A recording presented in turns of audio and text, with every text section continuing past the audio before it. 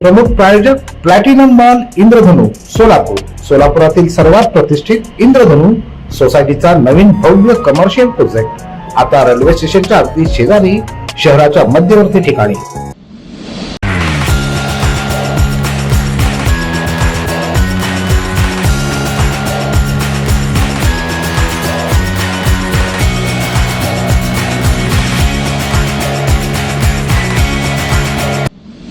दर्शक नमस्कार. विशेष संवाद या कार्यक्रमामध्ये आपणा सर्वांचं स्वागत. आज विशेष संवादामध्ये आपण सोलापुरातील प्रसिद्ध बांधकाम व्यावसायिक याचबरोबर ज्यांचं शैक्षणिक क्षेत्रात आणि आध्यात्मिक क्षेत्रात असं योगदान आहे असे धनेश स्वामी सर यांच्याशी आपण संवाद साधणार आहोत. औचित्य आहे त्यांच्या वाढदिवसाचं. स्वामी सर, पहिल्यांदा वाढदिवसानिमित्त तुम्हाला शुभेच्छा. थँक्यू. आणि आपण ज्या शैक्षणिक संस्थेबद्दल बोललो तर सिद्धेश्वर शिक्षण मंडळचे आहे, तर त्याचे संचालक म्हणून धनेश स्वामी हे काम पाहतात. बांधकाम व्यावसायिक अशी त्यांची मूळची ओळख, पण याचबरोबर सिद्धेश्वर शिक्षण मंडळ याचे ते संचालक म्हणून काम पाहतात. याचबरोबर श्री श्री रविशंकर विद्या मंदिर जे आहे तर त्याची एक शाखा आपल्या सोलापुरात सुरू होते आहे आणि ती देखील धनेश स्वामी यांच्या एका पुढाकारातून आणि त्यातून निश्चितच एक संस्कारक्षम विद्यार्थी आणि आपला समाज निर्माण होणार आहे.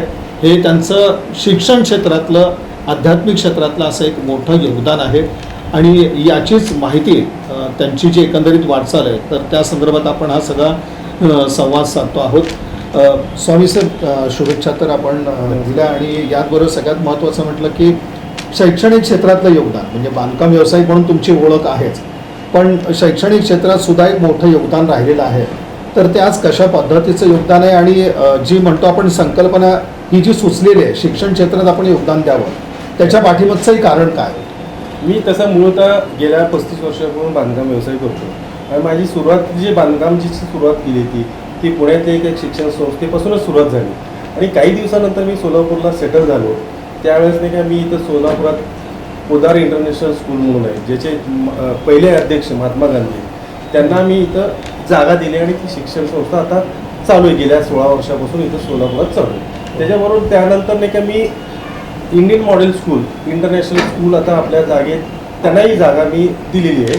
आणि त्यामुळे काही इथं त्या ठिकाणी पण सगळ्या सुविधेने युक्त म्हणजे त्या ठिकाणी स्विमिंग टँक वगैरे आहे, ते मुलांना सगळ्या खेळाच्या फॅसिलिटीज युक्त अशा काही सोयी करून ते शाळा दिलेत आम्ही त्यांना.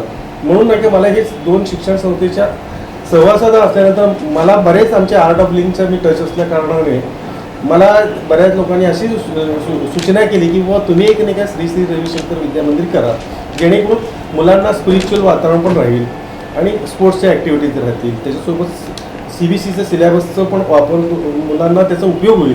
ह्या उद्देशाने मला रघुनाथ चव्हाण आणि स्वाती दिदींनी सजेस्ट केलं. त्याच्यामुळे मी ती जागा घेतली. आता प्लॅन पण मंजूर झाला आहे. आता थोड्या दिवसात कामाला पण सुरुवात होईल.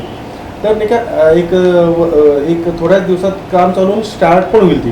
आणि त्यामध्ये आम्ही गुरुकुलची पण प्रोव्हिजन केली, मुलांना तिथं राहायची पण सोय करायची आहे. अशा पद्धतीने आम्ही तो प्लॅन तयार केला आणि थोड्या दिवसात तिथं शाळा पण चालू होईल. ती लोकेशन मात्र आपले प्रतापनगरच्या जवळ आहे, ते नेहरू नगरच्या जवळ पोदार स्कूलच्या पुढंच थोडंसं असं. धनेश स्वामी सरांची म्हणजे ओळख आपण आत्ता म्हटलं की बांधकाम क्षेत्र, त्यानंतर शैक्षणिक क्षेत्र, सामाजिक कार्यसुद्धा त्यांचं आपल्याला मोठ्या प्रमाणात दिसून येतं. पण याचबरोबर सिद्धेश्वर शिक्षण मंडळ जे आहे तर तिथं देखील एक संचालक म्हणून काम पाहतायत, तर ती एक जबाबदारी कशा पद्धतीची? तिथं ती आर्किटेक्ट कॉलेज आहे ते त्या ठिकाणी, त्याच्या अंडर आर्किटेक्ट कॉलेज आहे आणि त्यानंतर बटरफ्लाय इंग्लिश मिडियम स्कूल आहे तिथं. मी गेल्या 35 वर्षापासून स्थापन झाली आणि आता त्याचा पण एक्सपान्शनचा एक प्लॅन आहे. ती जबाबदारी माझ्याकडे दिली ती नवीन स्कूलच्या संदर्भात, एक्सपान्शनच्या संदर्भात. तर तो एक प्रोजेक्ट आहे म्हणजे संस्थेसाठी काहीतरी थोडंसं कार्य करतो. तर माझ्या डोक्यात अशी कल्पना आहे की आपण ज्या शाळेत मुलांना शिकवतो त्या ठिकाणी स्पिरिच्युअल वातावरण पण राहिले, मुलांना काही स्पिरिच्युअल वातावरण, त्याचं स्पोर्ट्सची ॲक्टिव्हिटीज, त्याच्यानंतर अभ्यासाचं असा कॉम्बिनेशन करून आम्ही ती एक श्री श्री रविशंकरची विद्या मंदिर चालू करणार आहे. म्हणजे मुलांना त्याची सोयी मिळायला पाहिजे अशा. सर, म्हणजे आजपर्यंत आपण एक शैक्षणिक व्यवस्था सोलापुरातली पाहिली आणि श्री श्री रविशंकर विद्यालय याची जर एक तुलना करायची म्हटल्यानंतर कशा पद्धतीचं एक डोळ्यासमोर व्हिजन आहे की या माध्यमातून आपण संस्कारक्षम विद्यार्थी किंवा व्यक्तिमत्व सर्वांगीण व्यक्तिमत्व विकास होणारी एक शैक्षणिक केंद्र. हा बरोबर. विजन कशा पद्धतीचं आहे? मला ते विजन म्हणजे हल्ली काय मुलं मोबाईल खेळणं, कॉम्प्युटर खेळत बसते, त्याच्याऐवजी ही मुलं आहे ना मेडिटेशन करणं, ती महत्त्वाची ती शक्ती तर जर प्राप्त झाली ती बऱ्याच काळ नाही का अभ्यासाला पण कॉन्सन्ट्रेशन राहू शकतं आणि त्यांची स्टॅमिना वाढू शकतं काम करण्याची वगैरे, खेळायची वगैरे. म्हणून आमचं लक्ष ते स्पिरिच्युअल आणि स्पोर्ट्सवरती लक्ष देऊन ती स्कूल करणार आहे. आम्ही त्या ठिकाणी 500 मुलं बसतील असं एक मेडिटेशन हॉल पण करतोय आम्ही त्या शाळेत. याचा परिसर आणि परिसर इतके सुंदर करतोय आम्ही, कमीत कमी तर 500 झाडं लावलीत आम्ही तर. सगळे आमचे आर्ट ऑफ लिव्हिंगचे जे साधक लोकांनी सगळी झाडे लावली त्यावेळेस.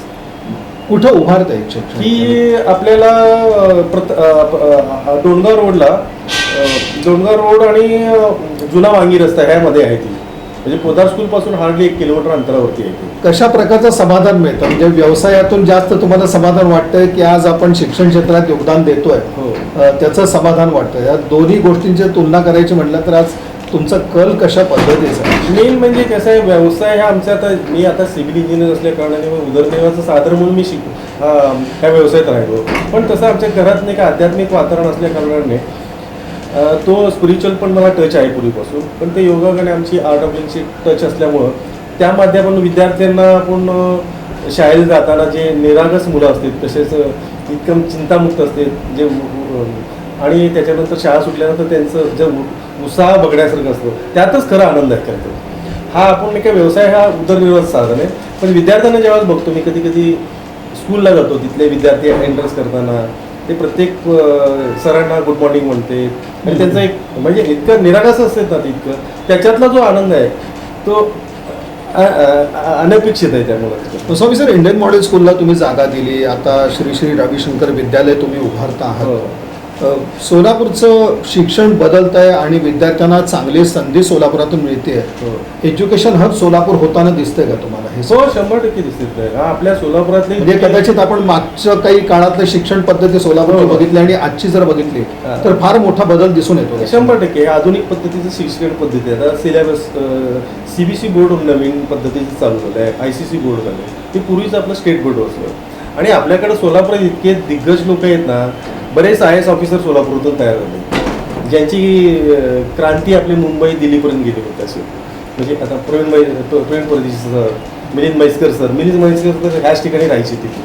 म्हणजे असे काही आता एक सालीमठ म्हणून एक कलेक्टर, असे बरेच जे कलेक्टर म्हणून आता सध्या आहेत ते लोक. म्हणजे हे सोलापुरातले हे विद्यार्थीच आहेत ॲक्च्युली तर. आणि याचबरोबर एकंदर आपण पाहिलं आर्ट ऑफ लिव्हिंग सामाजिक क्षेत्रात सुद्धा काम करते.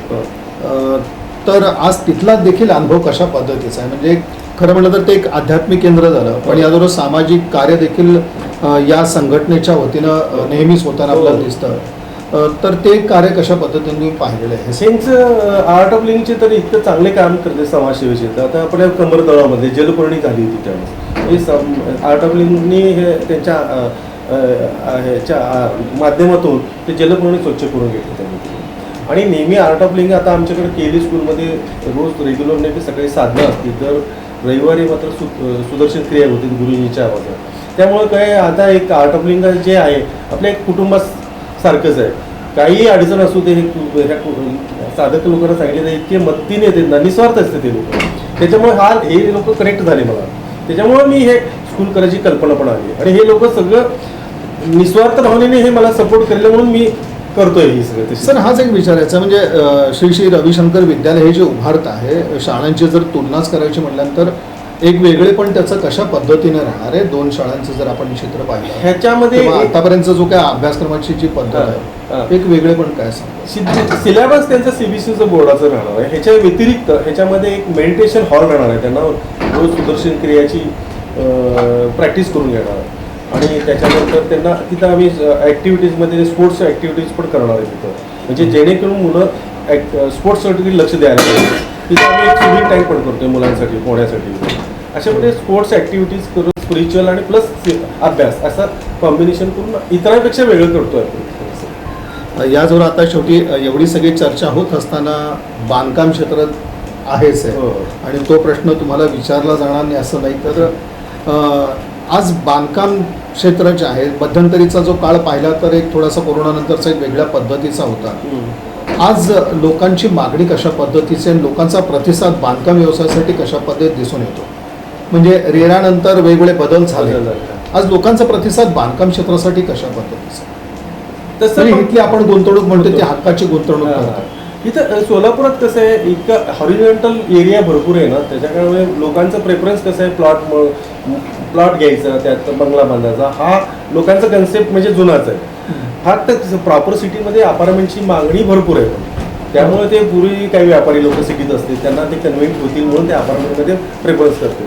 आणि आता सोलापूरसारख्या ठिकाणी आता 20-22 मजली पण बिल्डिंग झाली होतं. आणि बऱ्याच पण सोलापुरांचा कल इतका आहे ना, तो प्लॉट घेऊन बंगले बांधण्यातच इंटरेस्ट आहे आपल्याला. मी आपण एक म्हणतो की बांधकाम क्षेत्रात तेजी वगैरे आपण जर असा उल्लेख करायचा म्हटल्यानंतर आजची परिस्थिती कशी आहे? अशा प्लॉटमध्ये लोकांची मागणी भरपूर आहे, पण फ्लॅटमध्ये तेवढं तसं पुणे मुंबईसारखं तसं रिस्पॉन्स मिळत नाही. जसं पुणे आणि मुंबईला फ्लॅटमध्ये मिळतो तसं नाही मिळत, पण प्लॉटिंगमध्ये बंगले बांधण्यात इंटरेस्ट लोकांना भरपूर आहे. स्वामीसाहेब, शेवटचा आणि अत्यंत महत्त्वाचा प्रश्न आहे. वाढदिवस आहे आणि वाढदिवसाला माणूस काहीतरी एक संकल्पना मनात ठेवत असतो. खरं तर तुम्ही आता ते श्री रविशंकर विद्यालय महत्त्वाकांक्षी असं तुम्ही हातात घेतलेला एक तो प्रकल्प आपण असं म्हणायचं, पण याचबरोबर कुठला संकल्प आहे की नाही खरंच हा आता पूर्ण करायचा असं वाटतं तुम्हाला? या सगळ्या वाढदिवसादिवशीची भावना काय तुमची? आता एक आमचं एक ड्रीम आहे की आता आम्ही अमोल जोशी सर आम्ही अशा पद्धतीचं एक मुंबईसारख्या ठिकाणी नवीन इंटरनॅशनल एअरपोर्ट होतं, त्याच्याजवळ एक मोठं प्रोजेक्ट लॉन्च करतो थोड्या दिवसात. म्हणजे आम्ही सगळे सोलापूरकर आहेत, पण मुंबईत जाऊन तो मोठा हाऊसिंग प्रोजेक्ट करतोय. तो अंदाजे 700 फ्लॅटचा प्रोजेक्ट आहे मुंबईमध्ये. नवी मुंबई एक्सप्रेस हायवेला लागून असेल, म्हणजे एअरपोर्ट हा साधारण 8 किलोमीटर अंतरावर होतो. तो आता ह्या वर्षीचा नेक्स्ट प्रोजेक्ट आमचा ड्रीम आहे तेवढं. म्हणजे सोलापुरातली व्यक्ती मुंबईत एक प्रोजेक्ट हातात घेते. त्यात आमच्यासारखे अमोल जोशी सर आहेत आमच्या मागे सपोर्ट करणारे, आणि त्याच्याबरोबर आमचे मित्र आहेत हिंगे साहेब म्हणून, असे आम्ही चौघजण म्हणून आपण ते प्रोजेक्ट करतोय. अगदी निश्चितच म्हणजे या सगळ्या जे काही तुम्ही आज मानस व्यक्त केला त्याला निश्चितच यश लाभो. मुळामध्ये माणसाचं नेतृत्व गुण आणि ज्याला आपण म्हणून जर काही प्रामाणिकपणा आपल्या सगळ्या व्यवसायात असेल तर निश्चितच यश मिळतं. आणि धनेश स्वामी यांची जर एकंदरीत बांधकाम क्षेत्रातली वाटचाल पाहिली तर ते एक सगळ्यात महत्त्वाचं आपल्याला दिसून येतं की प्रामाणिकपणा, जिद्द आणि काही विजन नवीन. तर ही जे सगळे गुण आहेत तर ते घेऊन जेव्हा ते पुढे जातात तेव्हा ते यश त्यांच्या पाठीशी सातत्यानं राहिलेलं आपल्याला दिसून येतं. आणि याचबरोबर शिक्षण क्षेत्रातलं सिद्धेश्वर शिक्षण मंडळाचे संचालक म्हणून ते काम पाहतात. याचबरोबर श्री रविशंकर विद्यालय सगळ्यात महत्त्वाचं सोलापूरसाठी योगदान देणारा एक शैक्षणिक प्रकल्प, याच्यासाठी सुद्धा ते एक महत्त्वपूर्ण योगदान देत आहेत. आणि आर्ट ऑफ लिव्हिंगच्या माध्यमातून आपण जर विचार केला तर जे म्हणून सामाजिक काम आणि एक आध्यात्मिकसुद्धा त्यांची एकंदरीत जे म्हणतो की त्यासाठीचे त्यांचे प्रयत्न हे सुद्धा महत्त्वपूर्ण असे आपल्याला दिसून येतात.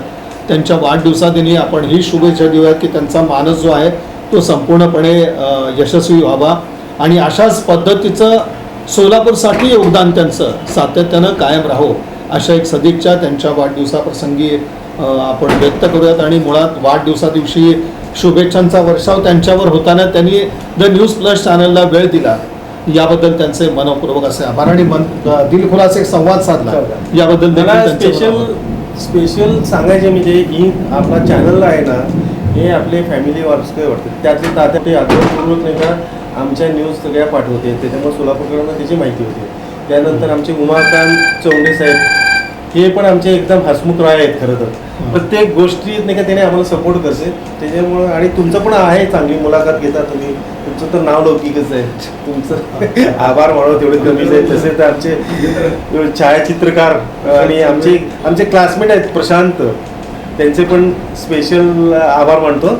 माझं वाढदिवसानिमित्त एवढा मोठा थाटामाटात सत्कार केला त्याबद्दल आभार आहे.